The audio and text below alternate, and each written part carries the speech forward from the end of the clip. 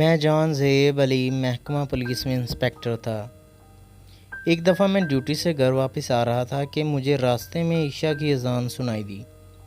میں نے اذان سننے کے لیے گاڑی کا شیشہ نیچے کیا تو اذان سے زیادہ تہش گانوں کی آواز آ رہی تھی۔ میں گاڑی کو اسی سمت لے گیا جہاں سے میوزک کی آواز آ رہی تھی۔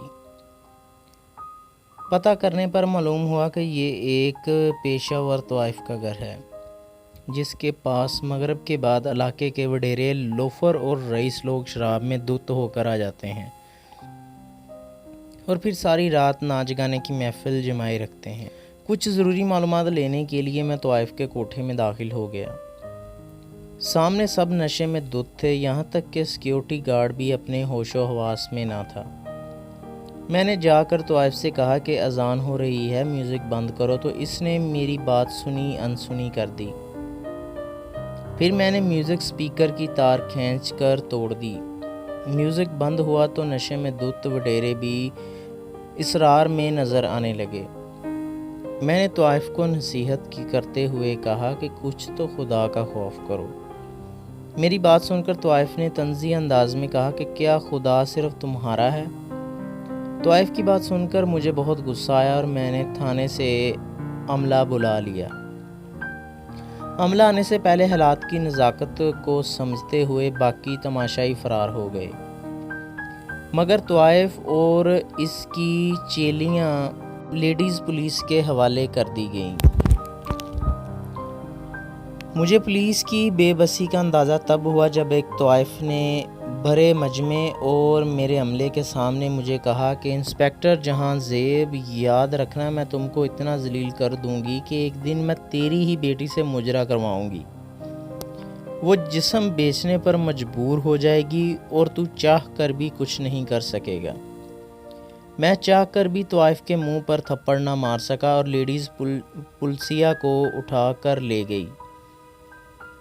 میں اس واقعے کو بھول گیا، مگر ٹھیک ایک مہینے بعد مجھ پر ایک عورت نے عزت لوٹنے کی کوشش کا الزام لگا دیا۔ مجھے معطل کروا کر انکوائری شروع کر دی اور انکوائری کے دوران ہی یکے بعد دیگرے 3-4 عورتوں نے مجھ پر یہی الزام عائد کر دیا۔ ابھی میں ان عورتوں کے وار سے خود کو محفوظ نہیں کر پایا تھا کہ ایک اور عورت نے مجھ پر الزام لگا دیا کہ میں جہاں زیب اس کو جسم بیچنے اور کمیشن دینے پر مجبور کرتا ہوں۔ مجھ پر ان الزامات کے تحت پہلے درخواستیں اور پھر FIR درج ہو گئی۔ میں خود کو پولیس کی گرفت سے دور رکھنے کے لیے عارضی طور پر فرار ہو گیا۔ پولیس والوں نے ایک دن میری بیٹی اور بیوی کو تنگ کرنا شروع کر دیا، یہاں تک کہ میری بیوی کو چوری کے کیس میں گرفتار کر لیا گیا۔ پھر جب میری بیٹی اپنی ماں کی خبر گیری کرنے گئی تو خدا کے خوف سے آری پولیس والوں نے میری بیٹی کی نازک حصوں کو چھونا شروع کر دیا۔ جب میری بیٹی پولیس والوں کی نازیبا حرکات سے تنگ آئی اور رونے لگی تو میری بیٹی کو ماں سے ملوا دیا گیا اور ماں کی رہائی کے بدلے میری بیٹی کو بستر پر رات گزارنے کا کہا گیا۔ تو میری بیٹی نے قانون کے محافظ پولیس والے سے کہا کہ آپ میری ماں کو میرے ساتھ بھیج دو اور آج رات مجھے مہلت دے دو، کل خود ہی آ کر میں آپ کے پاس رات گزاروں گی، اگر نہ گزاری تو مجھے بے شک دوبارہ میری ماں سمیت گرفتار کر لینا۔ حوث کے پجاری پولیس والوں نے میری بیٹی کی بات مان کر اس کو ماں سمیت گھر آنے کی اجازت دے دی۔ گھر آتے ہی میری بیٹی نے دودھ میں چینی اور گندم میں رکھی جانے والی زہر کی گولیاں ملا کر دودھ کو ابالنے کے بعد خود بھی پی لیا اور ماں کو بھی پلا دیا۔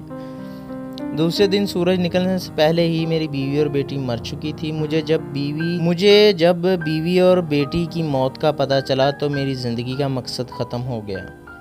میں گھر واپس آ گیا، مگر مجھے میری بیٹی اور بیوی کا جنازہ تک نہ پڑھنے دیا گیا اور بیوی اور بیٹی کو زہر دے کر قتل کرنے، فحاشی کا اڈا چلانے اور لڑکیوں سے زبردستی کرنے کی کوشش کے الزام میں مجھے گرفتار کر لیا گیا۔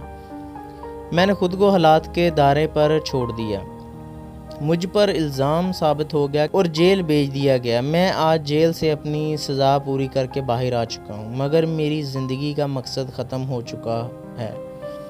میں لوگوں کو فقط یہ بتانا چاہتا ہوں کہ آج کی طوائف مجبور نہیں ہوتی بلکہ مضبوط ہوتی ہے، قانون کے محافظوں سے بھی مضبوط ہوتی ہیں۔